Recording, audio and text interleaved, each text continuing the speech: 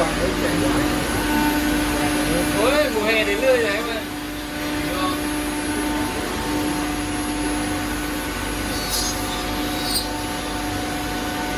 Đấy là lũ nhỏ đấy.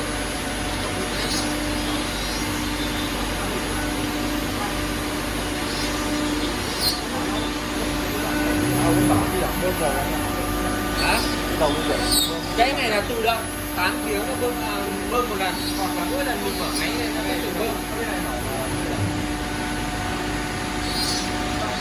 Không, cái này có một cái nhưng mà nó không tự động.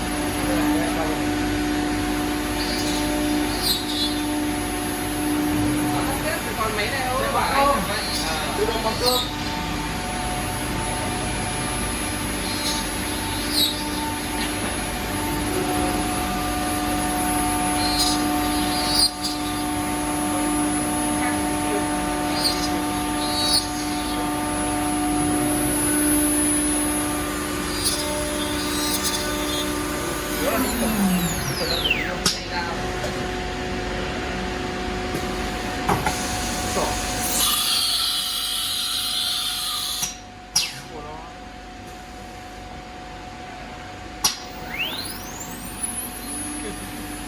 Kiểu robot nhỉ.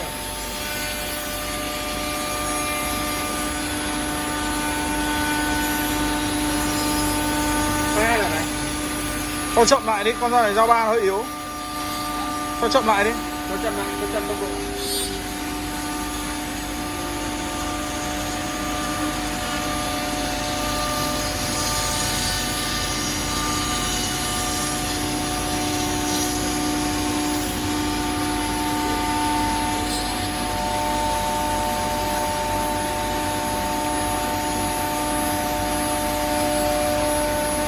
Con này ăn phát 6 rồi hay sao này?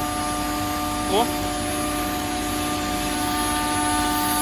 Cả 18 ấy.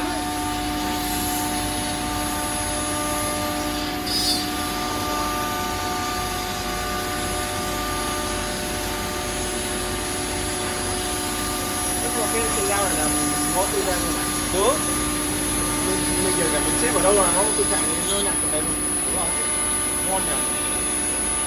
Thông minh là 4 đấy. không ý là em Không, mà mỗi lần xuống 4 đấy, xuống 3 lần là hết. Xuống 4 đấy.